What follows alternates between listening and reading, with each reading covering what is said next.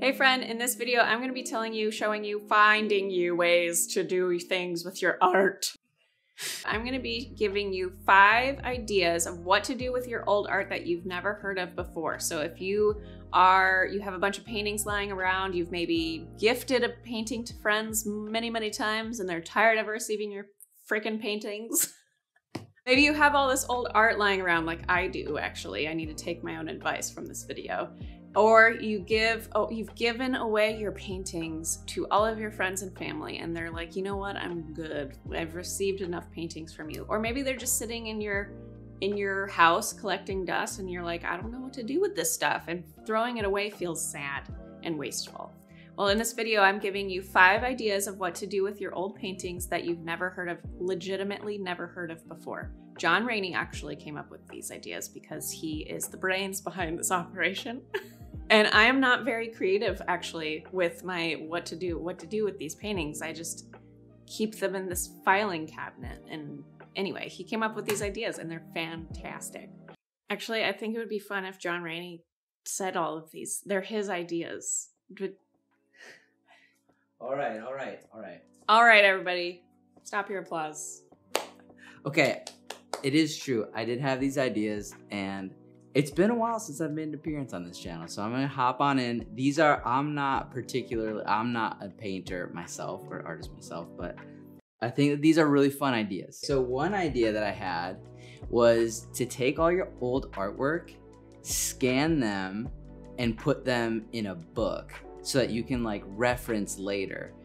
This, I think, like you could take a picture of your artwork with your phone and then send it into this company. We make these books for family photos every single year. So we take our family photos and we send it to Artifact Uprising. We make it in like family photo albums in these nice books that look like this. And they're super cool.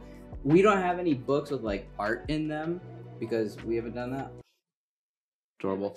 But I thought it would be such a cool idea to take your old artwork, take a picture, scan it and digitize it from Jenna's freebie, put it in a book like this, and then what you can do is you can just have these collections, like these books are so like nice and compact, put them on your shelf, they're all nice, but then you can also like reflect on your old artwork and see like how you've grown, and like, I mean, you do this for like 4 or 5 years and then you can like legitimately look back at your old book and see like how you've grown and all that stuff. I think that would be super cool.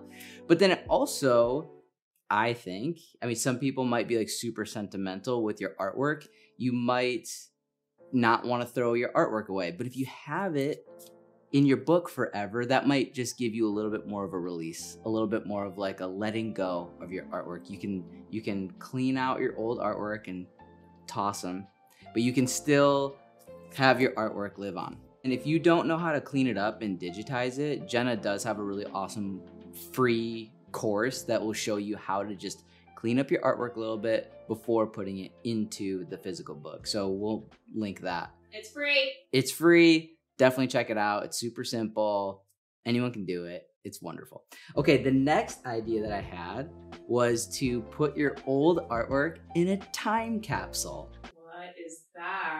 What is that? I did a time capsule when I was in like 5th grade or something. I actually don't know where it is though. That's a problem. But the idea is you put things in a box and like bury it in your backyard or something like that.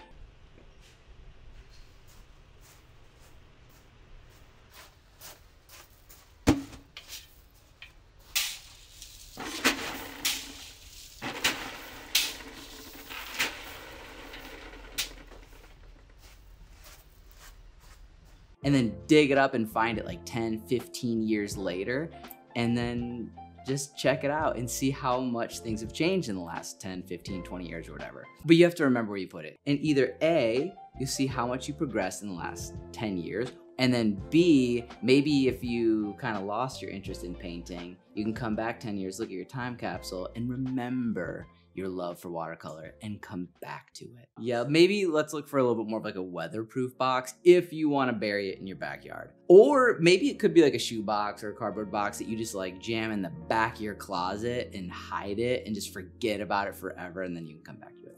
Okay, the third idea that I had was to take a bunch, like if you have paintings that you don't necessarily like love the whole painting, but there's certain elements of it that you like, I thought it would be super fun to Frankenstein a bunch of your old paintings into one cool collage painting.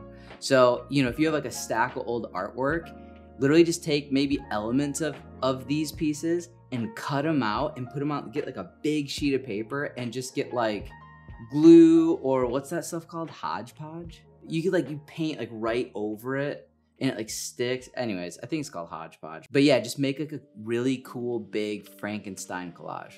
Okay, so the next idea that I had is for the paintings that maybe you really don't like. If you have paintings lying around that make you sad and you just feel like you didn't nail it and you really don't like them, then I think that you could use them as scrap paper. I understand that's probably an idea that you've heard before, but use them as like scrap practice paper if you really don't like those pieces. But then I thought what would be a really cool emotional, maybe psychological release from the paintings that you don't like, to rip them to shreds and throw them in the trash, maybe burn them. But before you do that, get a journal out and write the things, like maybe like write about your painting experience, maybe like why you're not satisfied with the painting, and look for like learning elements, right? Like if there's certain parts of the painting that you're not really fond of, like why? Like have that be like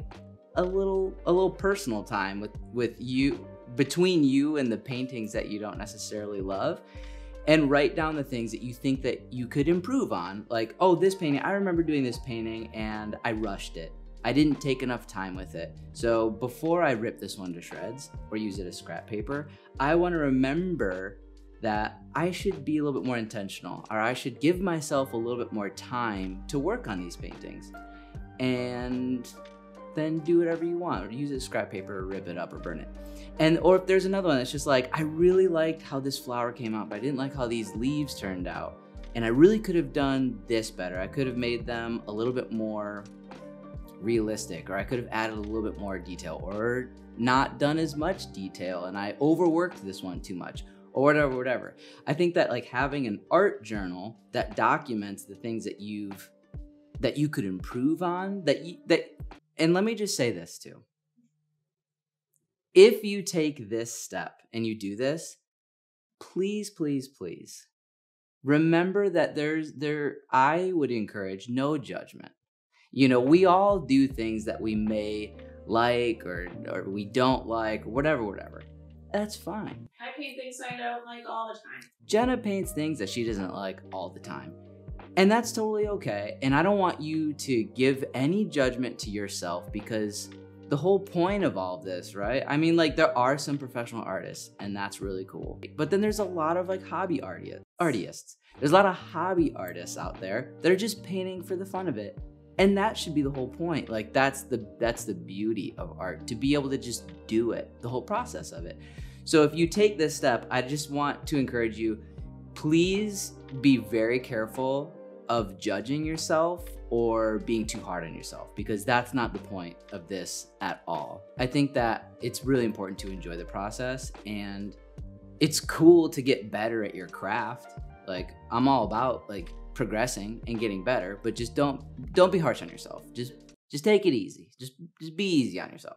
So another idea that I had that I think will be really fun and different and helpful is, again, if you have certain paintings, so you could do the Frankenstein idea, or you could do the rip to shreds journal idea, but don't give yourself any judgment, or you could do this idea too, which is that if you have paintings that you like certain elements of, like let's say you painted a flower and leaves and all that stuff, and you really like the flower and you don't like the leaves, or vice versa, you really like the leaves but you don't like the flower, cut out the elements of the painting that you do like and put it on, like get a cork board and pin up all the elements of those paintings that you really like. And do that for like all of your old paintings that you're okay cutting up. But if there's like a painting where you don't love the whole thing, but you really like how you did this portion of the landscape, or you really love this portion of your floral, or you really like certain elements, cut out the elements that you really like and just tack them up on a cork board. And then just reflect on all the awesome things that you're doing. And you can see all the ways that you have been improving, and you can look at all the different elements of all these things. You're just like, man, I really nailed those leaves. You can use it for inspiration for your future paintings. If you're like, I really like how I did those flowers.